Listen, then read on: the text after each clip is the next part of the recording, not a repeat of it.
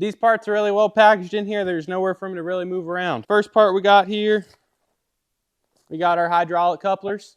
Next we're going to replace these hydraulic couplers, so let's get this box opened up. These fittings are nicely packed in there, all covered in bubble wrap.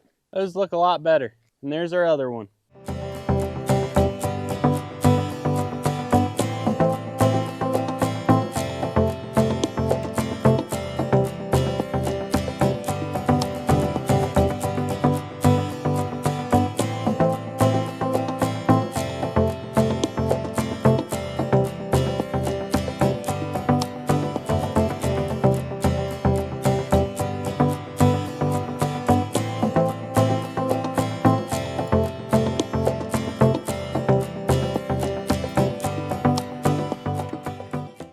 Thank you, Friday Parts. They work great, they fit great.